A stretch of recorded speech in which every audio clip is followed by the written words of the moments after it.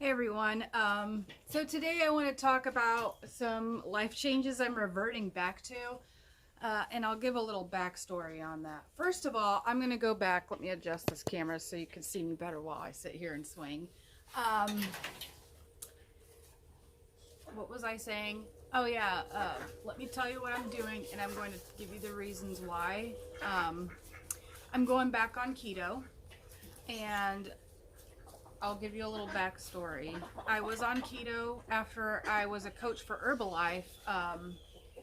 With Herbalife, I bottomed out at 145 pounds, and I still wanted to lose more. I didn't feel like I was reaching my goals. Come to find out, a lot of it's processed, high in soy, which messes with your hormones, especially estrogen, and it does it with men too, especially men. So I just felt like, it wasn't right for me, for a lot of people really. And then my upline, because it's like the pyramid thing, scheme, whatever people want to call it. I don't see things like that necessarily bad, but anyway, I wasn't getting the support from them I needed. And I'm not meaning anything personal towards anybody, great people, I still like them, just it's not for me. So I dabbled into the keto diet because when I was working at Subaru, I met a lady who worked pretty close to me on a different team, and she was losing quite a bit of weight on keto, and it was very, very apparent. And she said her first week she lost 10 pounds and that it's easy. And her doctor told her she wasn't eating enough fats when she started out, so she started adding mayonnaise on top of pork chops and things like that, and the weight just fell off. So, a little bit of nutritional side story here. Fat is your lever in keto. If you're still feeling hungry, you go hit up that fat lever. Having a lot of high fats in the beginning is definitely going to really tell your body, hey, let's burn fat, not carbs. So a lot of people do start off with basically fat intake the first couple days and then start slowly introducing the proteins and the high fiber carbs. So anyway, now that I got off on a tangent, so I tried it and I ended up getting down to 115 pounds, which was like scary skinny for me. In some people's eyes, I looked fairly normal, but I didn't like the way my hip bones felt. My knees felt touching together. I just felt gross.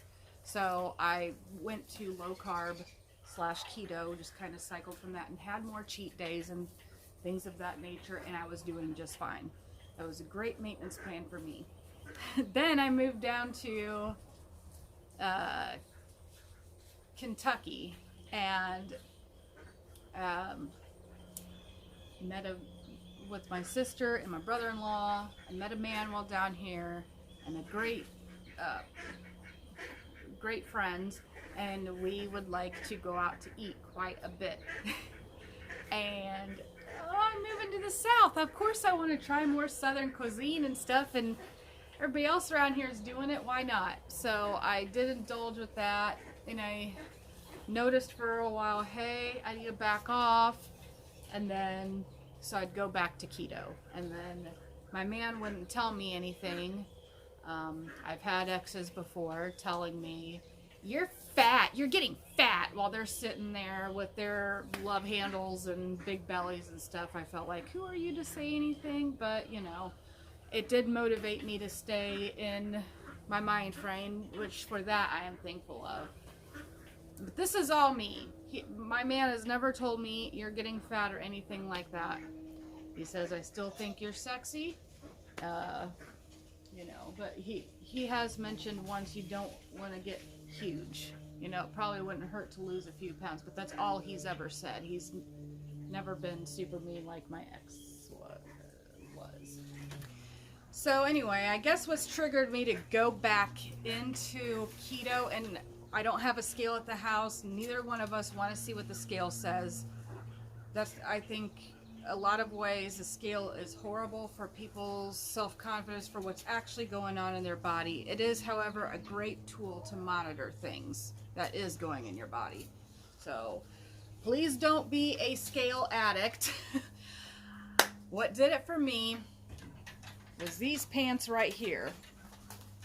Now these pants are a Maurice's size 3-4, and I have pictures where I could do this and have quite a bit of room in there, and now they're getting tight, and these I fitting into skinnier pants, and I was okay with putting those to the side. I thought about getting rid of them, then I thought, no, what if I decide to go back on keto and fit into those pants again? So I haven't given them to Goodwill or anything like that yet, because I don't want to have to go buy new clothes either. That's part of the reason of going back on keto. I'm noticing a lot more of this, which this is like the first area when I lose weight that goes. Secondly is my belly, and then my hips and my butt and my thighs are what carries the longest term of weight. So I am trying a couple new apps out.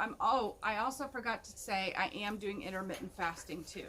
I thought about just doing intermittent fasting at first, but the higher fat content of the keto diet does keep me fuller for longer and does reduce my cravings to eat bad things, to, you know. So I feel like that's better for me. So I want to talk about a couple apps that I'm using. In the past, I've used Carb Master, and there's nothing wrong with that app, but I wanted to try a different one because I kind of like the way it flows a little bit better. It's called Aspire, and it does give you nutritional ratings on the foods that you put in, and it'll tell you why they're bad. Highly processed, these additives are in it. Another great app for that kind of thing, even if you're not doing keto, is the Yuka, Y-U-K-A, and that app will also give you suggestions of healthier options.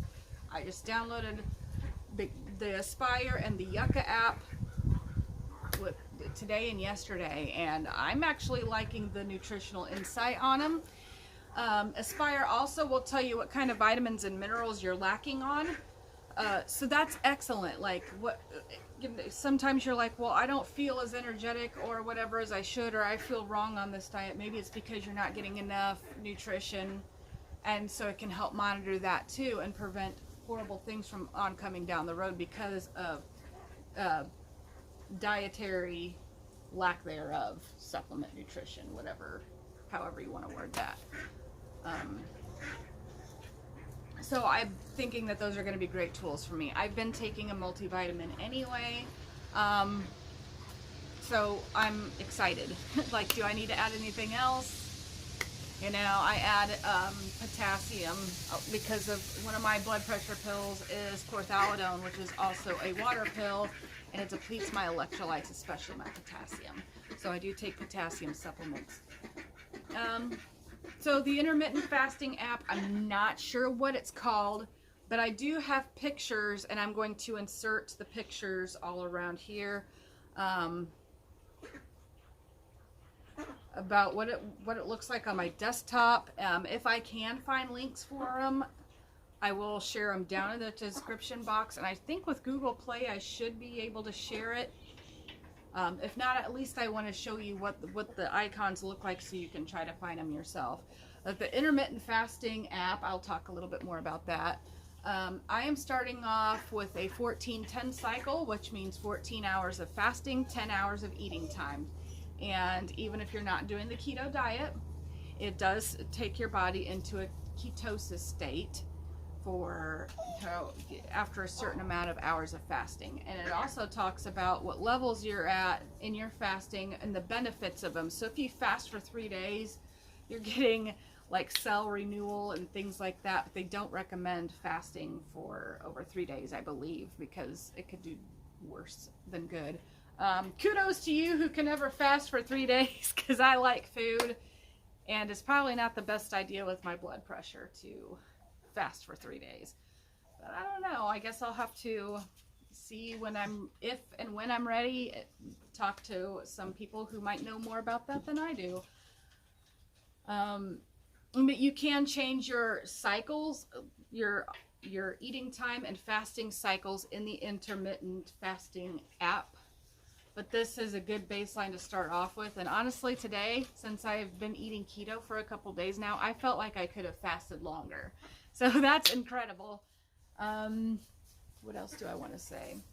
Oh, I guess I will try to do some keto recipes, keto air fryer, crock pot, all those kinds of wonderful things too this winter, since that's the kind of content I turn to more so in the winter time. Right now I still got a garden going, still got weight putting on horses, and I got some crochet projects I plan on talking about, and I am in the middle of videoing my compost